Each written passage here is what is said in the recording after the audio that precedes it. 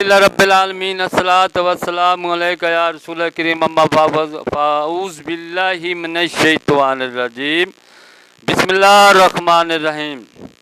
नाज़रीन इकराम, दोस्तों, बुज़ुर्गों, मेरी बहनों, छोटे बच्चों, अस्सलामु अलैकुम व रहमतुल्लाहि व बरकातहू।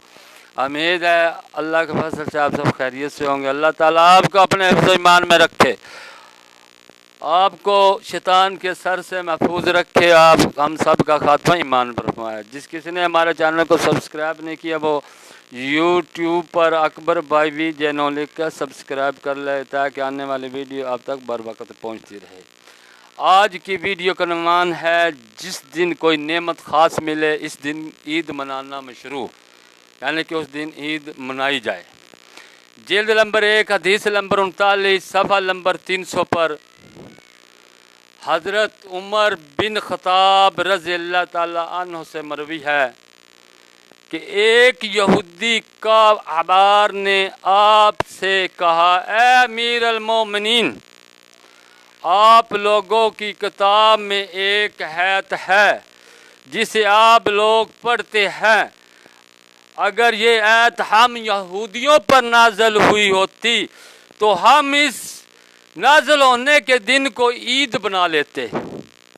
हज़रत उमर रज़ियल्लाहु ताला अन्हु ने पूछा, वो कौन सी आयत है? इसने कहा, यानी कि यहूदी ने कहा, अल यौमा अकमलतु लकुम दीनकुम अल्ममतु अलैकुम नेमती। हज़रत उमर रज़ियल्लाहु ताला अन्हु ने फरमाया, हम इस दिन को जानते हैं और इस जगह को भी जहाँ ये आयत नबी सल्लल्लाहु अलैहि वसल्लम पर नाज़िल हुई थी वो जगह अरफात थी और वो जुम्मे का दिन था और हज़ूर सल्लल्लाहु अलैहि वसल्लम इस वक्त खड़े थे।